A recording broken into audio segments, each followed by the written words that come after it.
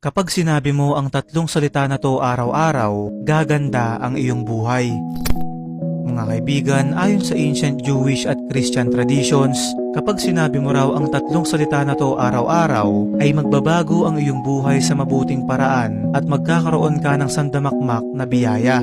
Unang salita ay ang Jehovah Jireh, na ang ibig sabihin, the Lord provides. Pangalawa naman ay Shalom, na ang ibig sabihin ay peace at well-being, at kapag sinabi mo ang salitang to, malaki ang tsansang mas mapapabilis ang pagpasok ng pera sa iyong buhay.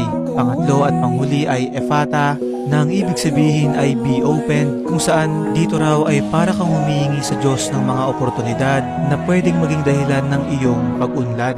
Inuulit ko, sobrang luma na ng mga paniniwalang to at hindi ko rin sinasabing ito ay totoo. Bagkus ibinabahagi ko lamang sa inyo ang hiwagang to at nasa sa atin na lang kung ito ba ay ating paniniwalaan.